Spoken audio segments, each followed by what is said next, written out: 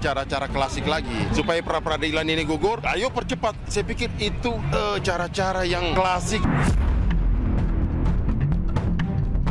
Pra-peradilan berikutnya Polda Jawa Barat akan menghadiri.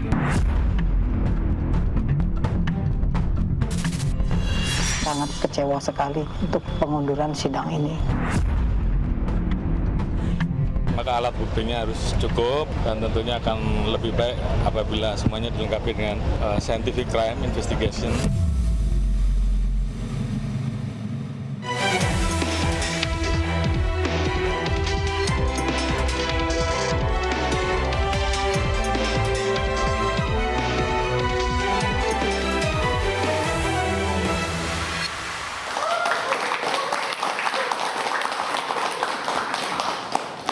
Ditundanya pra-peradilan PG menimbulkan banyak tanya juga curiga dari pengacara dan keluarga. Sementara itu, Polda Jawa Barat berjanji akan menghadiri sidang pada pekan depan. Dan hari ini Kejaksaan Tinggi Jawa Barat menyatakan alat bukti dalam berkas PG perlu dilengkapi. Dan bagaimana perjalanan tersangka PG di kasus Vina selanjutnya bersama saya Davi Pratama. Pemirsa, inilah instruksi pra-peradilan PG mundur, kasus Vina tarik ulur.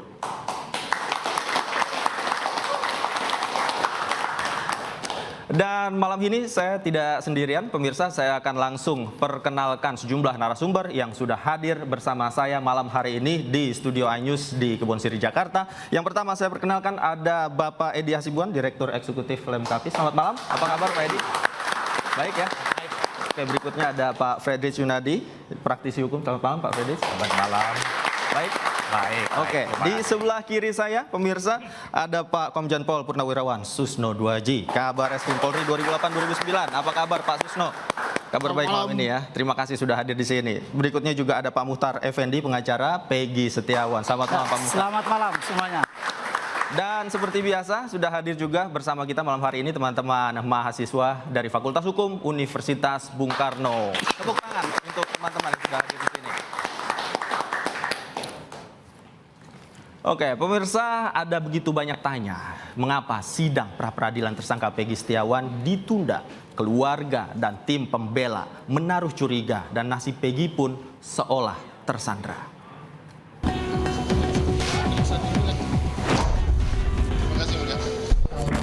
Sidang pra-peradilan tersangka Peggy Setiawan yang seharusnya digelar Senin 24 Juni 2024 terpaksa ditunda Pengadilan Negeri Kota Bandung, Jawa Barat. Pihak Polda Jabar tidak hadir. Tim pengacara Peggy beranggapan ada kesengajaan agar sidang pra-peradilan ditunda. Sederhana sekali, apakah akan digunakan cara-cara klasik lagi supaya pra-peradilan ini gugur? Ayo percepat. Saya pikir itu cara-cara klasik yang penegakan hukum seperti itu memunculkan pemikiran publik bahwa ini semakin banyak kejanggalannya. Nanti pada saat jadwal persidangan pra-peradilan berikutnya Polda Jawa Barat akan menghadiri. Dan kami meyakini tim kuasa hukum dari Polda Jawa Barat akan menghadiri kegiatan sidang pra-peradilan. Kartini, Ibu Peggy Setiawan mengaku kecewa dengan penundaan sidang Peggy. Semoga sidang cepat digelar dan anak saya segera bebas dan pulang karena anak saya tidak bersalah. Saya sangat kecewa sekali untuk pengunduran sidang ini. Kapolri Jenderal Listio Sigit Prabowo meminta institusinya profesional dan transparan dalam menangani kasus Vina. Alat buktinya harus cukup dan tentunya akan lebih baik apabila semuanya dilengkapi dengan scientific crime investigation. Kuasa hukum Peggy Setiawan juga mendatangi kantor Kemenko Polhukam Jakarta. Meminta Menko Polhukam Hadi Cahyanto menegur Polda Jawa Barat karena absen di sidang pra-peradilan Peggy Setiawan. Oke, kita langsung mulai. Saya pertama ingin ke Pak Susno terlebih dahulu. Pak Susno, hari ini Kejaksaan Tinggi menyatakan berkas perlu dilengkapi. Tanggapan Anda seperti apa? Pertama, saya katakan bahwa jaksa telah melakukan tugasnya, yaitu meneliti berkas yang dikirim tahap pertama dan makan waktu lebih dari 1 minggu. dia diberikan waktu 2 minggu. Berkas sudah kembali ke kepolisian, penyidik Polri diberi waktu 1 minggu untuk mengembalikan berkas itu kepada penuntut umum dengan melengkapi apa kekurangannya. Saya karena berasal dari institusi Polri, di dalam darah saya mengalir Polri. Kalau dicoret, saya sangat cinta pada Polri. Sebagaimana Anda semua, seluruh warga negara Indonesia mencintai Polri.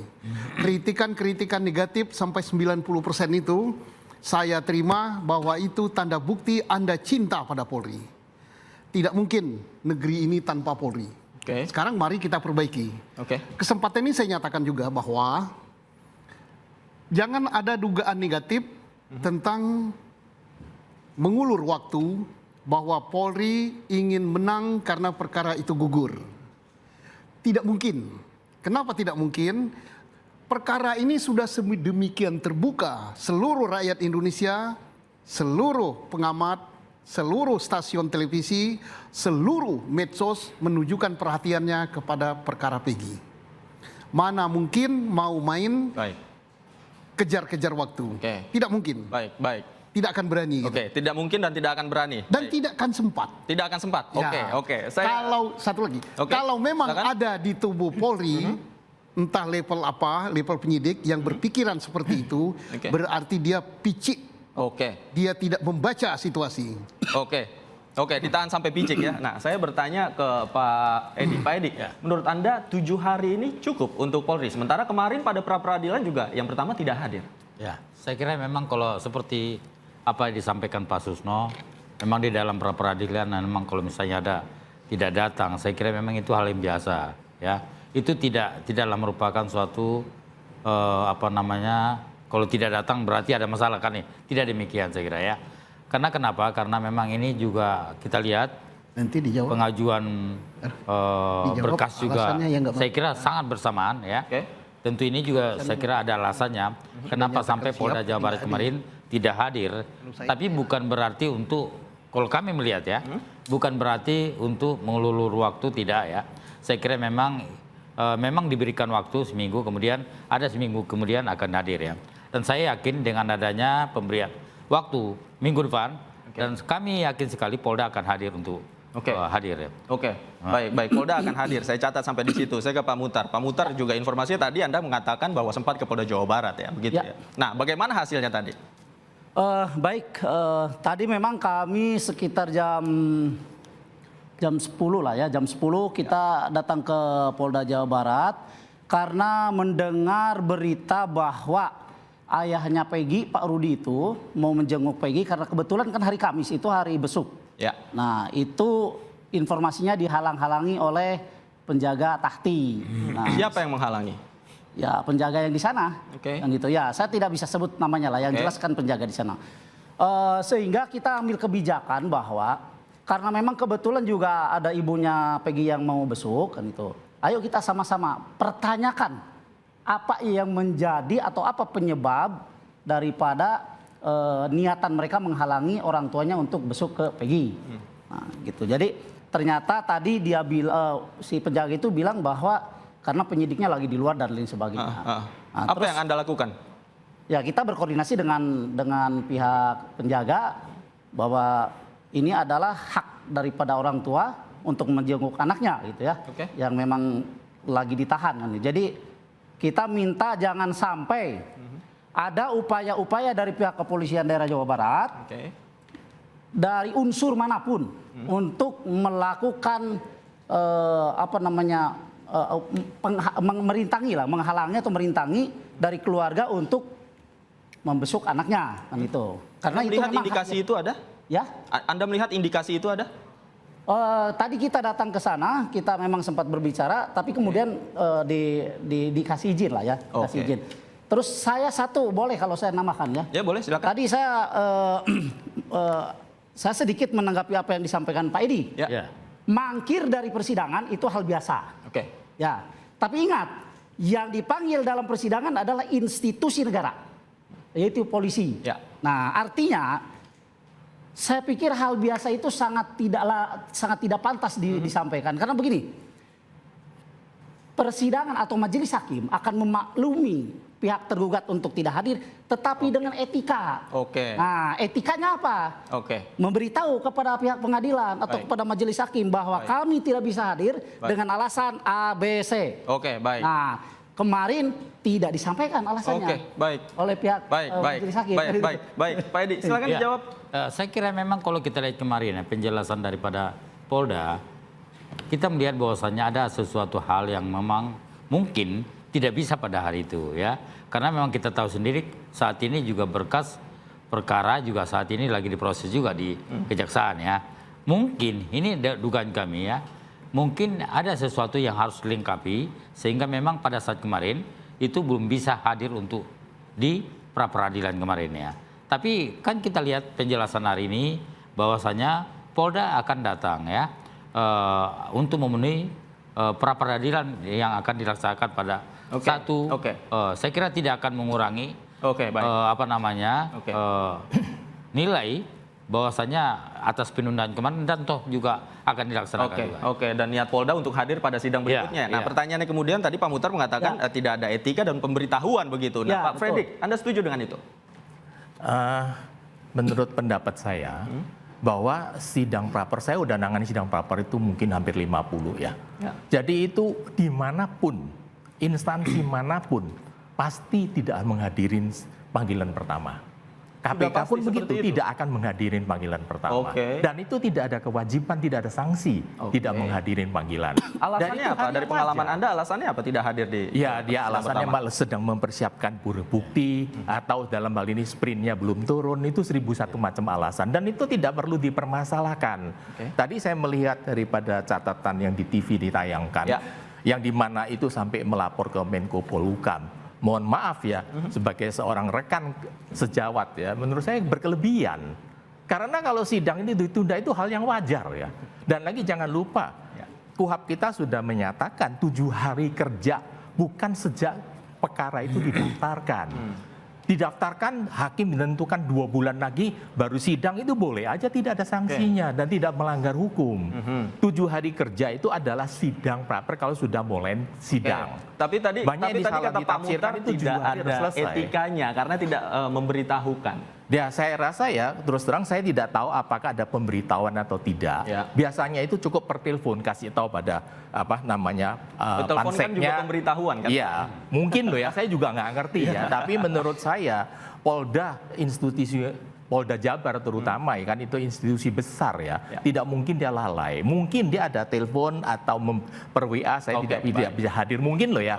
Tapi saya nggak tahu. Kalau memang tidak hadir ya silakan tanya sama Polda. Kami tidak bisa berkomentar. Tidak mungkin lalai, Pak Muhtar. Jadi gini, kalau Pak Yunadi menyampaikan bahwa institusi manapun pasti kan begitu ya, pada persidangan pertama tidak hadir, itu saya bilang hanya pendapat pribadi saja. Karena kalau kita berbicara tentang aturan, bahwa majelis hakim atau pengadilan telah memanggil pihak tergugat dengan patut, maka wajiblah dia menghadiri panggilan tersebut.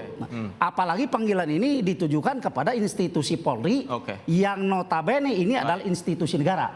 Kalaupun katakanlah pihak kepolisian daerah Jawa Barat tidak bisa hadir, kan mereka bisa berkirim surat. Itu etika yang harus dijunjung tinggi. Ya. Nah, jadi jangan sampai, mohon maaf, jangan sampai institusi Polri ini memperlihatkan kepada halayak ramai bahwa mereka mau mangkir saja tanpa pemberitahuan. Baik, saya catat itu. Langsung ke Pak Susno, pengalaman Anda sebagai anggota kepolisian ketika ada panggilan untuk hadir di pengadilan seperti apa? Kalau soal pra peradilan tidak hadir, saya sependapat itu sering. Bukan hanya Polri, Polda, Baris Krim pun sering, Kejaksaan juga sering, KPK juga sering. Bukan pasti, tapi sering. Yang jadi masalah itu hanya ditunggu 45 menit, belum datang. Nah, itu saja masalahnya. Nah, belum datangnya ini, apakah suratnya itu nyangkut di tata usahanya pengadilan? Apakah Polda salah telepon? Mungkin 081 telepon hakimnya itu ketulis 180 nggak nyambung-nyambung sampai 7 kali sehingga nggak disampaikan. Jadi alasan teknis lebih banyak ya? Bisa mungkin salah nomor, salah sambung, kan lagu dangdut aja kan ada salah sambung itu. Nah terus itulah, tapi kita sangat senang tadi sudah menyatakan katanya yang mewakili Polda Jabar adalah jubirnya Polda Jabar itu Humas. Kami akan menghadiri. Nah, mudah-mudahan ke depan akarnya itu dicoret, hadir. Kenapa? Aku bangga dengan adik-adikku kalau dia hadir. Kenapa? Kita yakin dia akan membuka ini loh alat buktinya. Nanti mohon Inyus syuting juga di situ. Nah, sehingga terbuka ke publik. Oke, hadir saja. Kenapa? Dalam pra-peradilan itu untuk adik-adik ketahui, karena adik-adik calon penegak hukum semua ya, tidak ada yang kalah pihak ini, tidak ada yang menang. Yang menang itu adalah kebenaran. Ya, mengapa? Kalau seandainya Polda Jabar didefinisikan kalah tanda petik, itu bukan kalah sebenarnya. Tapi bersyukur hasil kerjanya dikoreksi, ada kekeliruan sehingga mereka akan masuk jurang di stop.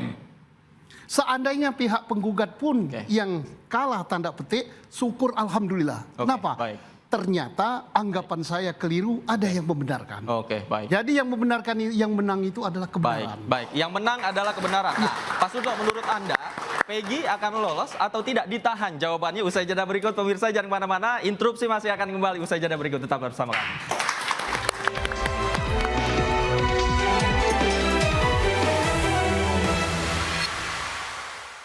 Penelitian tim jaksa pada tanggal 24 Juni 2024, tim jaksa peneliti sudah mengirimkan pemberitahuan bahwa hasil penyidikan belum lengkap kepada rekan-rekan penyidik Polda Jabar. Karena berkas masih belum lengkap, terdapat kekurangan material dan formil. Tadi saya utang pertanyaan kepada Pak Susno. Tadi saya bertanya, prediksi Anda, dugaan Anda, apakah Peggy akan menang di pra-peradilan?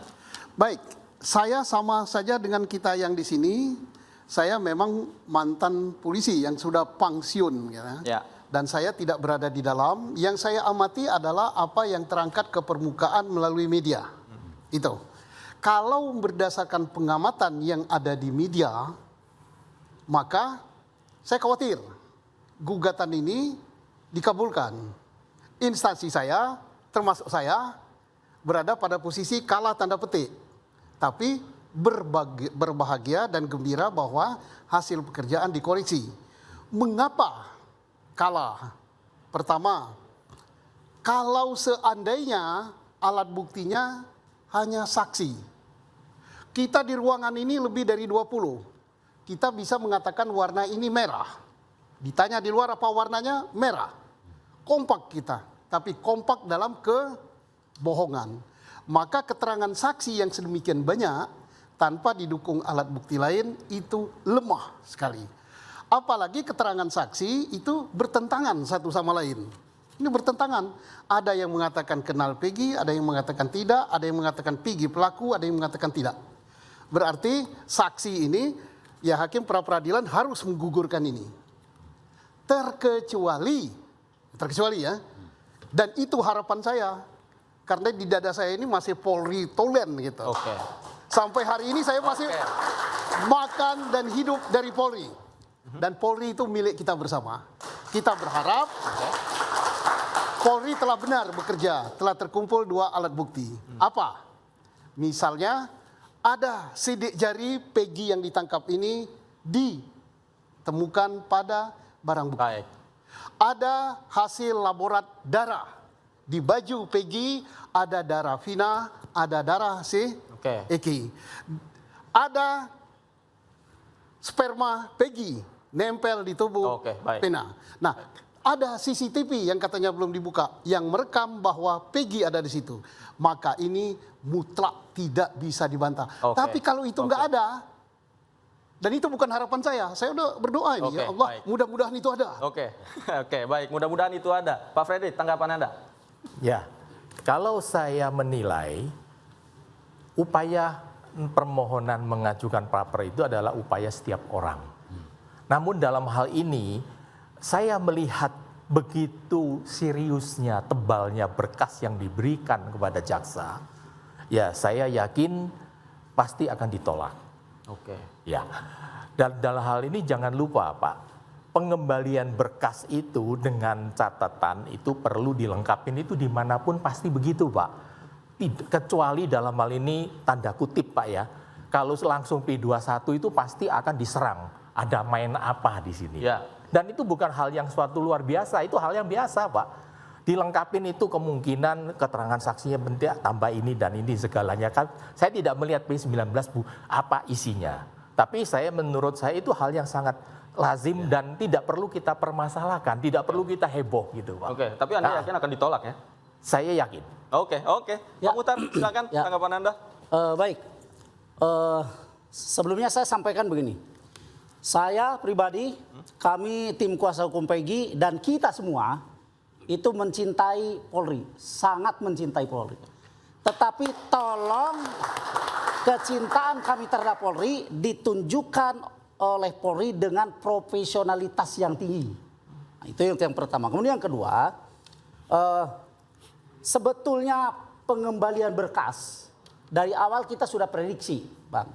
Nah, kenapa kita sudah prediksi? Karena pertama, konstruksi hukum yang dibangun oleh pihak penyidik dalam hal ini adalah Kepolisian Daerah Jawa Barat itu sangat-sangat lemah. Ya.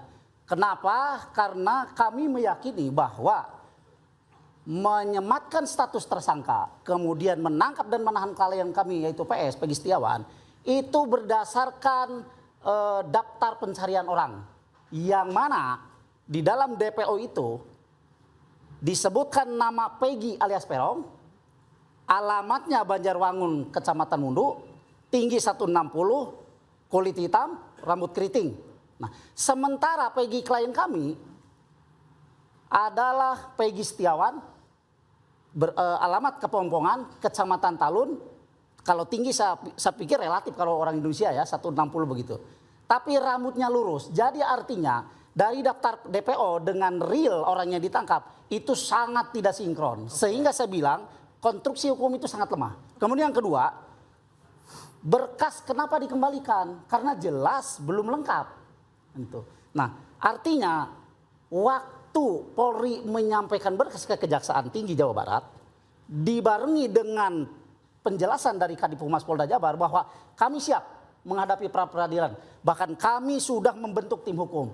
Terus apa arti itu semua? Kalau berkas dikembalikan, berarti memang di dalam berkas itu kalau Pak Yunadi tadi bilang berkas tebal, mau setebal apapun berkas dari ujung meja ke atas meja. Kalau memang di dalamnya belum lengkap, salah satu diantaranya adalah alat bukti, ya jelas kejaksaan tidak akan menerima kan itu. Kemudian yang ketiga, yang paling penting yang ketiga, kenapa saya kembali lagi karena saya penasaran ya, ini Polri kok mangkir dalam persidangan pertama gitu. Padahal nyata dan jelas H-1 Kadif Humas Polda Jabar menyampaikan bahwa kami siap. 24 kami hadir. Nah, hal yang ketiga yang ingin saya sampaikan adalah kami bilang bahwa Polri dalam hal ini Polda Jabar melawan perintah atasan.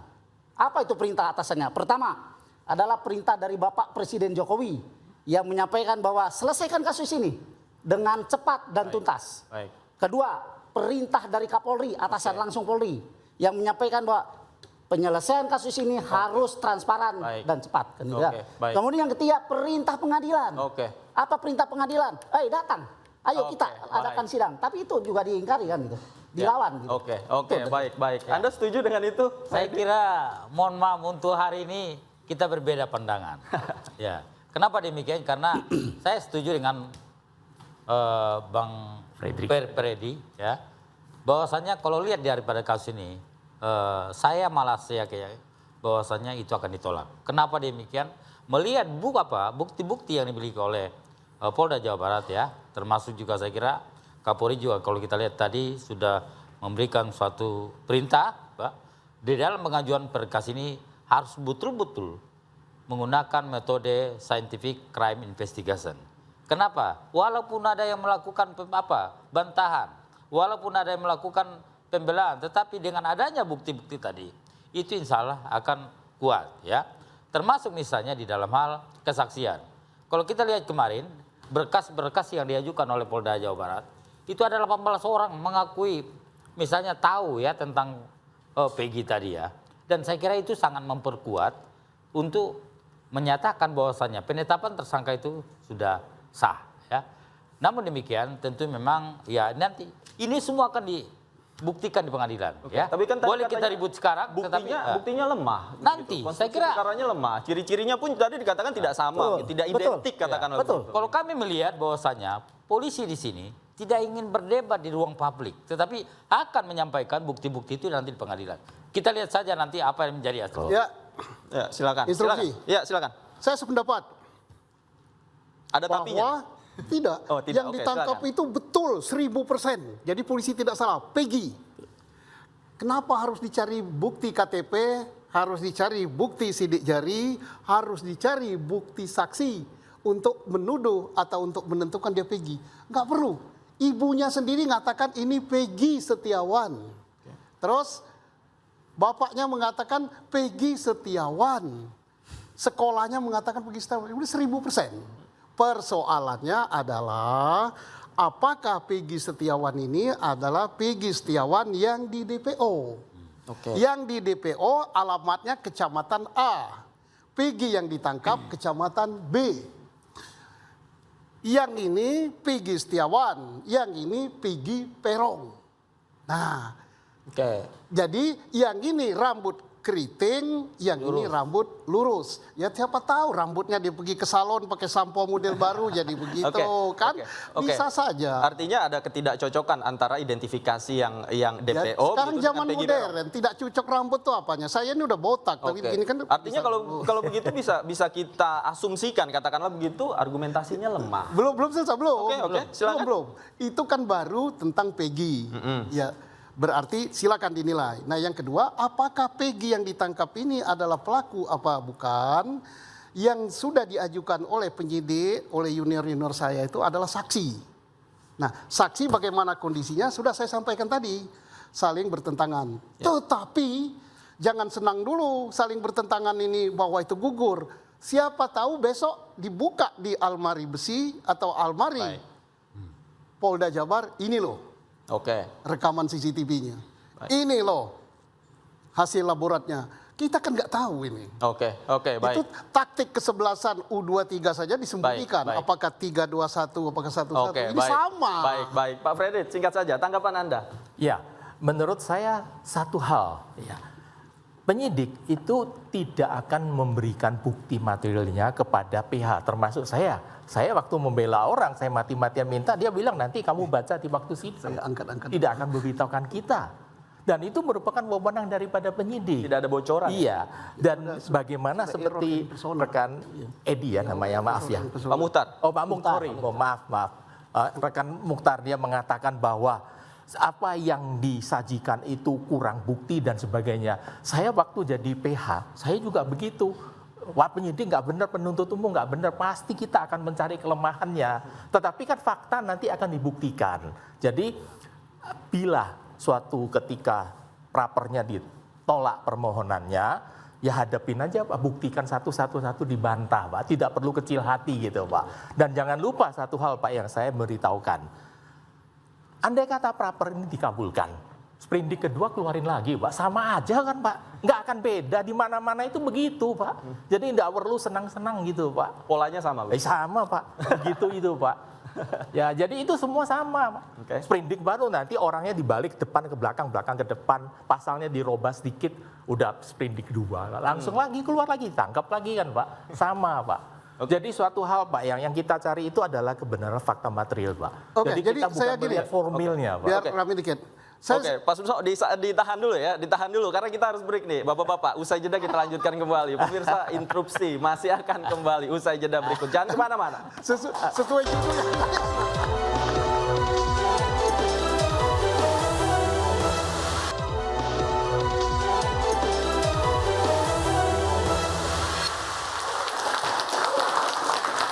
Kembali di interupsi, pemirsa, saya masih bersama dengan 4 orang narasumber. Tadi Pak Susno tampaknya sudah nggak sabar, udah interupsi tadi. Apa yang mau dibicarakan? Saya mau interupsi Pak Friedrich. Ya.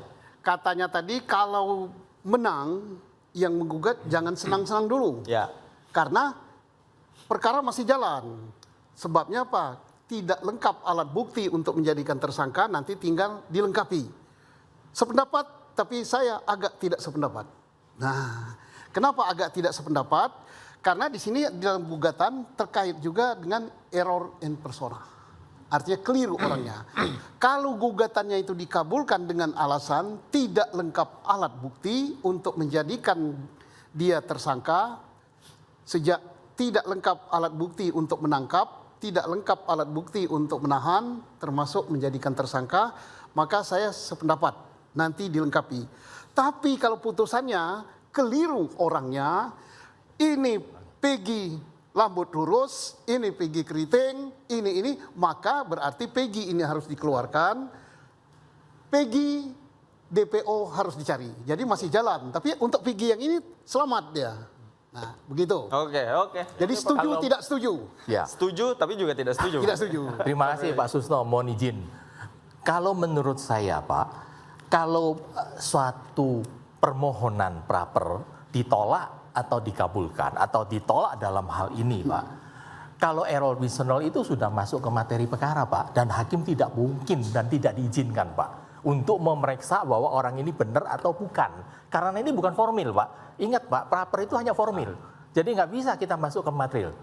Dalam hal ini kalau misalkan Pak Mukhtar mengatakan bahwa ini rambutnya lurus dan sebagainya Pak, saya dulu rambutnya gondong berkeriting Pak, sekarang botak Pak. Tidak berarti saya bukan yang dulu Pak, satu orang. Kan gitu kan Pak. Kalau alamat bisa aja alamat yang di DPO itu alamat yang salah. Atau alamat yang dia pakai, yang penyidik tahu. Saya tidak mengerti bagaimana keluar DPO. Tapi yang jelas Pak, saya yakin Pak, penyidik itu sudah memiliki bukti yang sangat kuat. Dan itu tidak akan dibuka di praper Pak. Akan dibuka pada waktu sidang. Interupsi. Ya gitu Pak. Interupsi? Oke. Ada teman-teman mahasiswa ada yang interupsi. Silakan, namanya siapa? Perkenalkan, nama saya Yogi Wiraputra, saya biasa dipanggil Ardo, saya mahasiswa Universitas Bung Karno. Oke, silakan langsung pertanyaannya. Sidang Peggy ini kan diundur terus.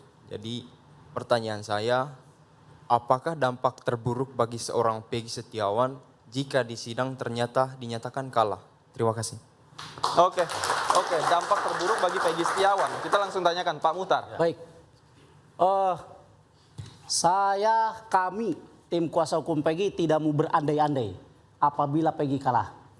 Karena kami punya keyakinan bahwa klien kami PS itu adalah betul-betul kalau dibilang oleh Pak Jenderal Susno itu adalah error in persona. Nah, kalau saya hubungkan dengan apa yang tadi disampaikan oleh Pak Yunadi, bahwa error in persona itu materi dalam pokok perkara, kan begitu. Tapi justru sebetulnya kalau kita teliti lebih dalam, kenapa kami mengajukan pra peradilan? Karena kami menganggap polisi salah membidik untuk menangkap klien kami. Makanya di dalam pra peradilan itu kita pertanyakan, apa dasar hukum polisi menangkap klien kami? Kan gitu. Kemudian yang kedua, sarana untuk untuk bagaimana caranya membuktikan bahwa polisi telah melakukan pelanggaran, kalau kami bilang hak asasi manusia terhadap klien kami, maka berdasarkan putusan Mahkamah Konstitusi nomor 21 tahun 2014, kemudian nomor 130 tahun 2015, adalah dilakukannya atau dilaksanakannya ikhtiar hukum melalui peranata pra peradilan.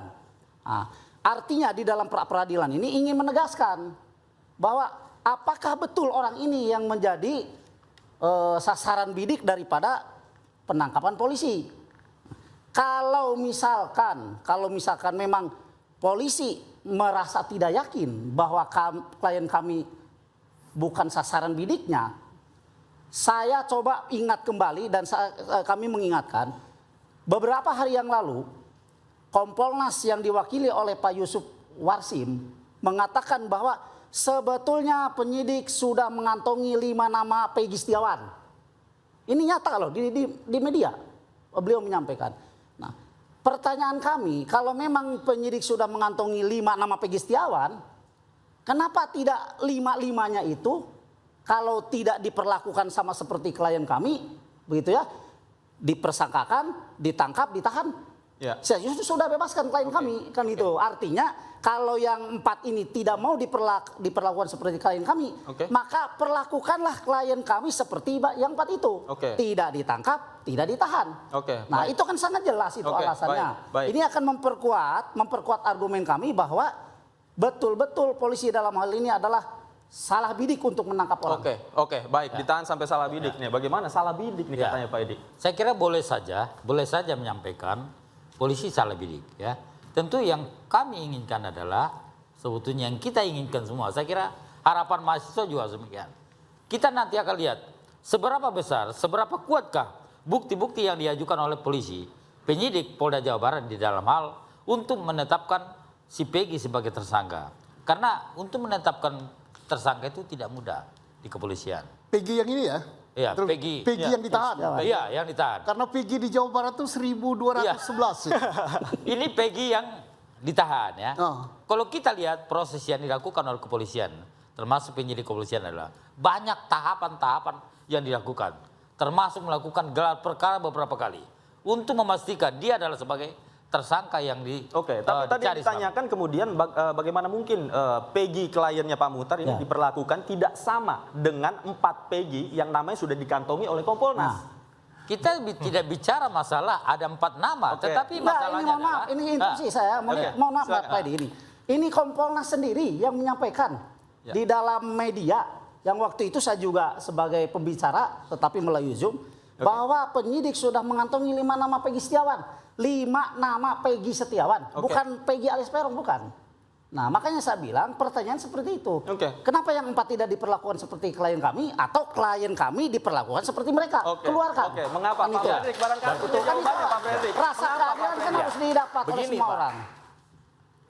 Kompolnas dalam ini Pak Yusuf mengatakan ada 5 Peggy Setiawan. Saya tidak membaca beritanya, tapi saya mengambil suatu keterangan yang disampaikan pada Pak Mukhtar. Tentu penyidik sudah melakukan identifikasi dari 5 ini. Yang menurut penyidik bahwa yang memenuhi postur atau yang diduga adalah sebagai pelaku adalah Peggy yang ditangkap. Tentu dong tidak mungkin dari 5 ini yang ini masih ponakan saya, ini masih istri adiknya istri saya atau whatever, saya nggak tahu lah. Tapi jelas penyidik itu pasti melakukan pilah-pilah dengan sangat teliti dan menentukan bahwa Peggy yang ditangkap ini yang benar. Jadi untuk menyatakan bahwa tidak benar dengan alamat beda, rambutnya lurus dan sebagainya, silakan nanti di debat atau dibela di waktu sidang pada pokok perkara. Baik Pak Yunadi, begini, saya refresh ingatan kita ke belakang ya. Tanggal 11 Mei 2024 penyidik mendatangi Sakatatal. Kita refresh dulu ini biar jelas semuanya. Penyidik memperlihatkan ke Sakatatal 3 foto. Yang diduga 3 foto ini adalah orang-orang yang di DPO-kan. Salah satu diantaranya jelas Peggy. Saya tidak bicara Peggy Setiawan. Yang jelas Peggy. Kan itu. Mungkin menurut polisi adalah Peggy alias Peron. 21 Mei 2024 klien kami ditangkap. Nah, kemudian Sakatatal berbicara di depan media bahwa 3 foto yang disampaikan oleh penyidik tidak ada satupun yang sama dengan klien kami yang ditangkap.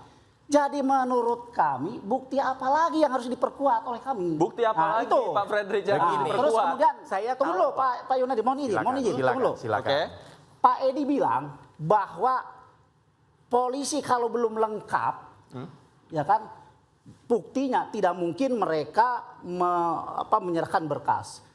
Tadi saya udah bilang dari awal, setebal apapun berkas, ya dari ujung meja sampai atas meja begini, kalau memang tidak disertai dengan alat bukti yang memadai, bahkan mencukupi, ya bukan memadai ya, mencukupi ya, alat bukti yang cukup, 2 alat bukti yang cukup untuk menetapkan Peggy Setiawan sebagai tersangka. Apalah artinya berkas itu? Baik Pak Fredrik. Begini Pak, Saya ingat Pak Pak Edi, ya, pada pembicaraan dari stasiun TV lainnya, itu ibunya Peggy Setiawan atau pengacaranya Peggy Setiawan, ibunya Peggy Setiawan itu mengaku ya bahwa dia rumahnya itu tahun 2016 itu digeledah sama penyidik. Dengan demikian sejak semula itu polisi sudah mencurigai adalah itu tersangka yang dicari, tapi tidak ditemukan karena diinformasikan sudah pindah sedang kerja di Bandung. Kedua, dalam hal ini jangan lupa Pak, bahwa Saka ini ditunjukkan 3 orang. Itu biasanya teknik daripada penyidik Pak. Ini Pak Susno kan banyak penyidik ini Pak, kabar reskrim. Biasanya itu kan dia memancing, apakah ini dia, apakah ini handphone yang kamu hilang, padahal ini handphone saya Pak. Mancing, oh iya Pak ini punya saya, kamu bohong. Kira-kira begitu, mohon izin Pak ya. Itu contoh, itu teknik Pak. Baik. Menurut Pak, saya itu bukan Itu sih Pak Yunadi gini. Saya silakan. Satu ya, maaf. Iya, silakan. Kadangkala kalau saya dengar apa yang disampaikan Pak Yunadi, 2016 polisi menggeledah rumahnya Peggy. Justru itu menurut saya itu adalah pernyataan yang menohok kepada penyidik sendiri.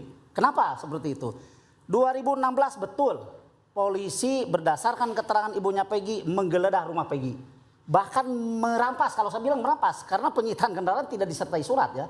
Mengambil kendaraan motor Peggy Setiawan, Suzuki Smash dengan satu motor warnanya Vario hitam atau apalah gitu ya. Itu diambil oleh polisi, dua-duanya sampai saat ini tidak kembali dan pada saat diambil itu tidak disertai dengan surat penyitaan. Oke, poinnya apa? Ibunya Peggy Setiawan waktu itu menyampaikan ke polisi 2016, ingat ya, Peggy ada di Bandung. Baik. Bahkan foto Peggy pun ada. Nah, kalau kita mau bicara tentang 2016, kenapa tidak 2016 tuh polisi susul ke Bandung? Peggy-nya. Oke, clear, selesai masalahnya. Oke, baik. Ini 8 tahun kemudian baru ditangkap. Saya langsung tanyakan ke Pak Susno sebagai mbahnya penyidik tadi, mbahnya polisi ini seperti apa? Gurunya penyidik. Jadi begini, 2016 betul rumahnya Peggy digeledah. Karena apa? Kasus terbunuhnya Vina dan Eki itu diduga sebagai perang antar geng motor. Diduga si Peggy ini sebagai geng motor, langsung digeledah rumahnya. Ternyata yang anggota geng motor itu bukan si Peggy, justru si Eki yang korban. Disitulah ditemukan jaket ekstasi ya. Ekstasi. Kemudian disitalah sepeda motor Peggy. Ibunya mengatakan Peggy ada di Bandung. Ditemukan foto yang dilihatkan oleh Kadip Humas. Diambillah foto itu, foto tahun 2015 waktu di Mantenan. Nah, apakah foto itu menunjukkan kasus pembunuhan? Bisa saja, tapi belum dijelaskan oleh Dip Humas. Ya, apakah Peggy ini betul sebagai pembunuh? Apakah DPO itu dipandang juga sebagai strategi? Belum dijelaskan juga. Misalnya, Peggy yang dicari rambut keriting di DPO, tapi sebenarnya yang dicari Peggy yang rambut lurus. Terus Peggy yang dicari di kecamatan Talun, padahal di kecamatan ini.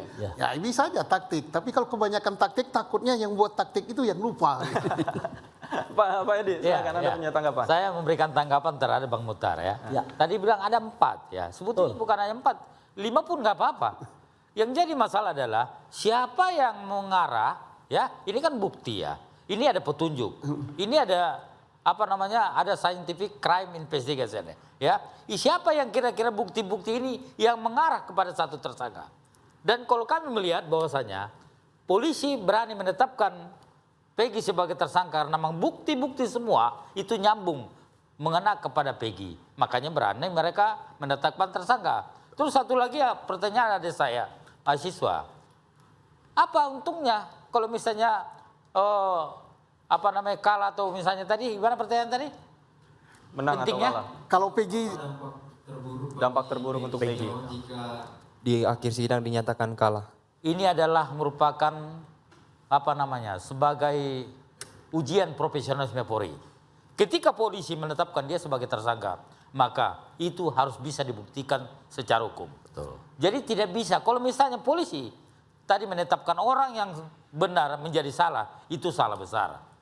Tapi ketika polisi misalnya menetapkan dia sebagai tersangka, maka polisi harus bisa membuktikan semua bukti-bukti itu harus mengarah kepada si tersangka. Oke, saya sebentar Pak. Ditahan dulu Bapak-bapak, ditahan dulu. Lagi-lagi saya harus mohon maaf karena waktu kita terbatas. Pemirsa jangan kemana-mana, diskusi panas kita akan kita lanjutkan usai jeda berikut. Tetaplah di Interupsi. Pas mau berakhir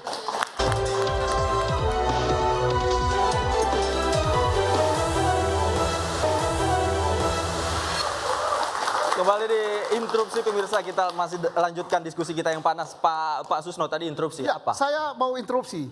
Ini yang abang mau, yang tunggu. Kata-kata scientific.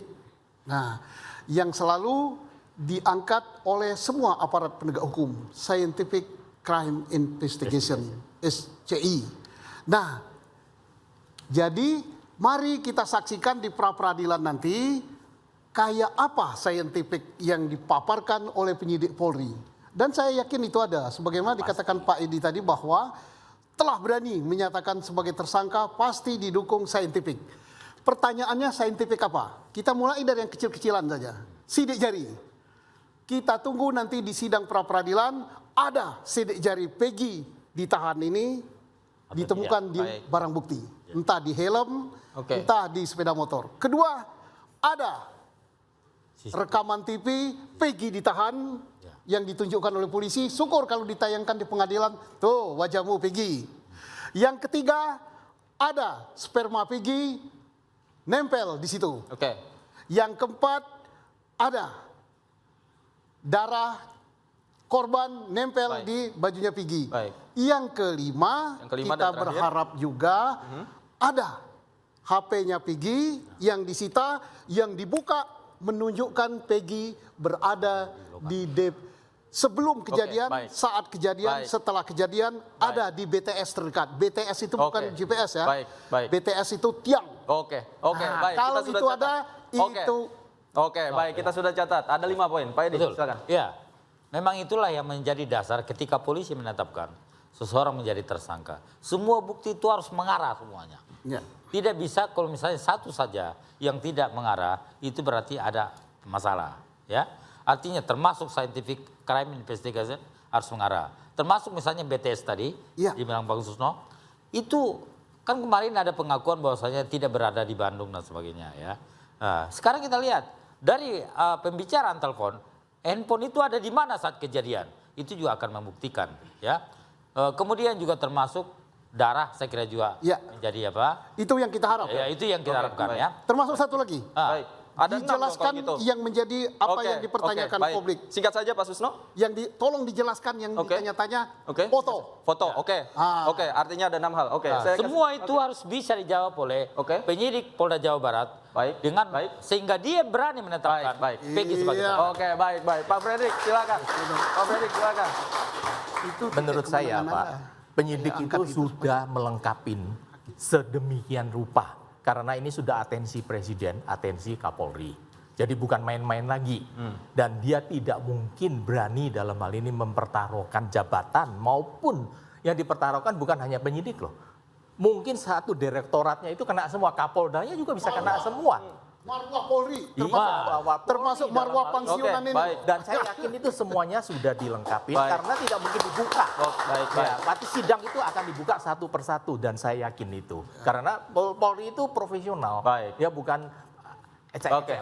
Bukan ecek-ecek, Polri profesional. Kita tunggu tanggal 1. Pak Muhtar, silakan. Baik. Kita tunggu aja lah. Ada di segmen terakhir ini ada 4 poin yang ingin saya sampaikan. Pertama, bahwa bukti harus mengarah. Betul. Bukti itu tidak boleh sembarangan. Tidak boleh ngawur ke sana, ngawur ke sini. Tidak boleh ngawur ke kanan, ke kiri. Harus mengarah. Betul. Kemudian yang kedua, yang disampaikan Pak Yunadi bahwa Kapolri sudah memberikan atensi yang begitu besar terhadap kasus ini. Jadi bapak-bapak polisi yang ada di Polda Jawa Barat yang menangani masalah ini, taati itu perintah daripada Kapolri. Ya, selesaikan kasus ini dengan cepat dan transparan. Kemudian yang ketiga, saya sedikit ya mengulang. Sedikit saja, singkat. Bahwa 3 foto tadi yang dilihatkan oleh penyidik itu salah satunya Tata Sakal menyampaikan wajahnya putih, kupingnya berlubang. Peggy yang kami yang ditangkap, klien kami tidak seperti itu. Yang terakhir saya kasih kesempatan. Sedikit lagi.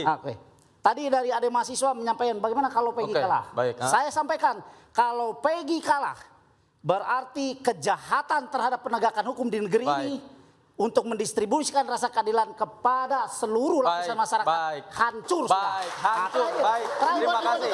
Oke. Waktu kita sudah habis. Waktu kita sudah habis, Bapak-bapak. 5 detik. Silakan. 5 detik. Silakan. Polda Jabar mohon jaga nama baik karena saya mantan Kapolda Jabar. Oke, baik. Terima kasih. Baik, terima kasih. Pak Susno, terima kasih. Pak Muhtar, mohon maaf waktu kita sudah habis. Nanti kita undang lagi untuk diskusi lagi. Pak Muhtar, terima kasih. Pak Freddy, terima kasih. Pak Edi juga terima kasih banyak. Pemirsa, itulah dia argumentasi yang ada di panggung interupsi kali ini. Apapun hasilnya nanti kita tunggu hasil pra-peradilan selanjutnya. Pemirsa, interupsi saya David pamit undur diri. Terima kasih. Selamat malam. Sampai jumpa minggu depan.